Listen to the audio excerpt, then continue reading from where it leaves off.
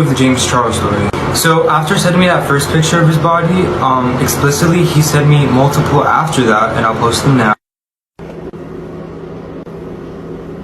I was getting really uncomfortable, so I told him my age. I told him I'm 16. Meanwhile, he's 21.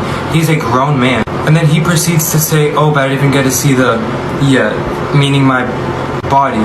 And after telling him, like, no, like, I'm not gonna send it to you, he kept on asking for pictures and videos of body hair and me flexing and stuff. He proceeded to ask to FaceTime me, which I then said no to, and then I asked why. And this is what he said.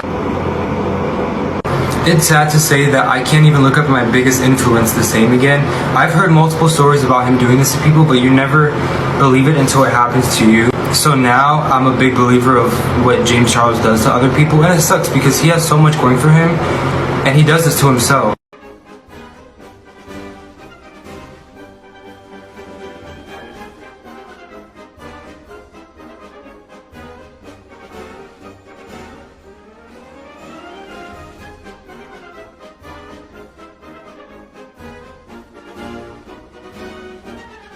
Alright guys, so I'm gonna explain to you guys how this happened because a lot of people are curious. I damn this bitch, as you can see, conversation. This all happened during the whole Taki scandal. I actually reached out to him because I felt bad for him. As you can see, he asked me for my snap right here. You guys. Anyways, I give him my snap, as you can see, he asked me right here. At this point, he messaged me right away, as you can see. So, as you guys can see, we did develop a streak. I know 3 isn't a lot, but it does show to prove that we were Snapchatting each other back and forth for a bit. And at this time, we were actually on really good terms. I did not think he was going to do anything stupid. So anyways, we started talking again at 3 in the morning, and we were snapping each other. I sent him a shirtless picture, and it was literally just me working out at home. If you know me, I literally post that shit on my story all the time. It's quite obvious that he was pressuring me into sending him photos. After doing what he said, he questioned my confidence. Regardless of however long it took for me to come out with this story, it does not matter. I can speak about it 10 years down the road. That does not matter. The point is, what he did was wrong. As you guys can see, he was giving me attitude for not sending him nudes. And then I woke up unfriended, which I found disrespectful. He even questioned my confidence, which was even more disrespectful because you never question somebody's confidence. After that, I sent him a long-ass paragraph on Instagram, and he told me I was overwhelming him when he overwhelmed me.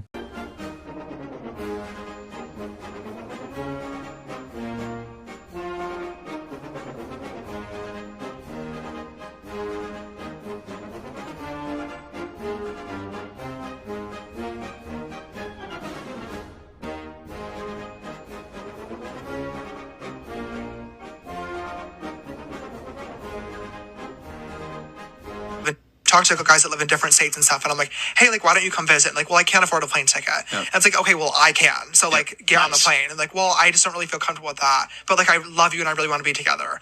And I'm like, well, we can't be together because you can't afford a plane ticket. You're probably still in either high school or college, like a senior in high school or in college. Right. So like, either you accept the flight and realize that like, this is what I'm bringing to the relationship so we can spend time together if you actually care about me, or we literally never meet because you can't afford it. That's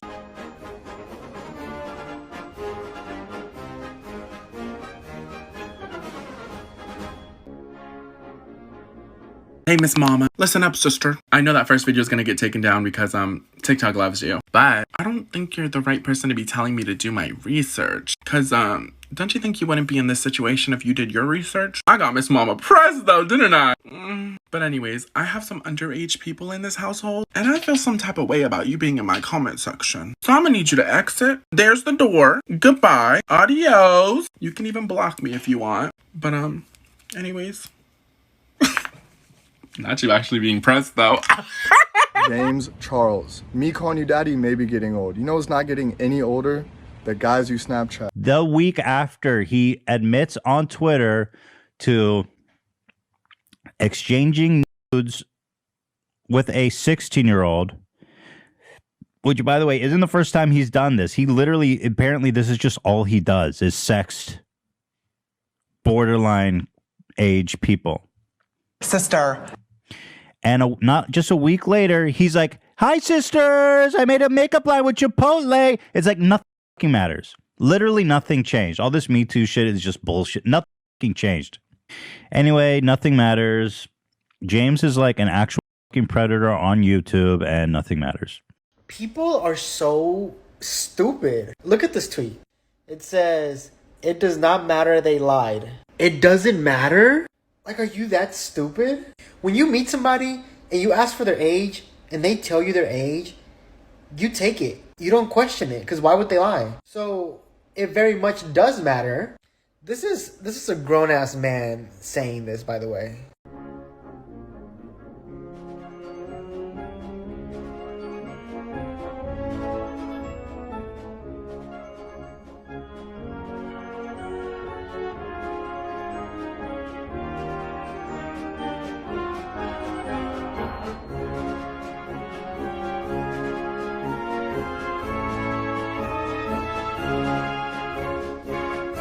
In case anybody isn't aware of what's going on, within the past couple of weeks, 2 different people, both under the age of 18, have recently come forward saying that they had inappropriate messages with me on social media. One of them being from last year and one of them being from more recent. In both of these cases, I added these people on Snapchat, asked how old they were right away, was told that they were 18, believed them, engaged in a flirty conversation, and then later on found out that they were actually 16.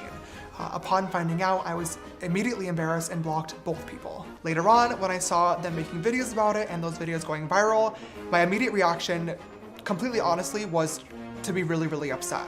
I wanted to get on camera and film another No More Lies video where I gather all my receipts and all my screenshots and try to tell my side of the story and then just move on from the situation.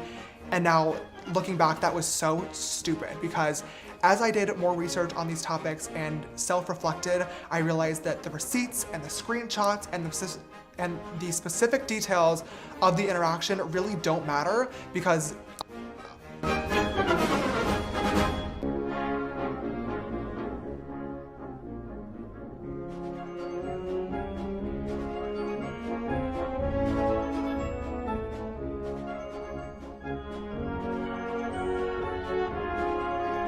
blinking has increased dramatically over here, as well as including multiple of those fluttering blinks that you can see. This leads me to believe that at very least it is somewhat planned, but he does have something planned here. From what his nonverbal communication is showing me, there's too many blinks that are increasing in this area, which is an eye-blocking gesture, which means there's distancing, which means that it implies that there is something that's misaligned.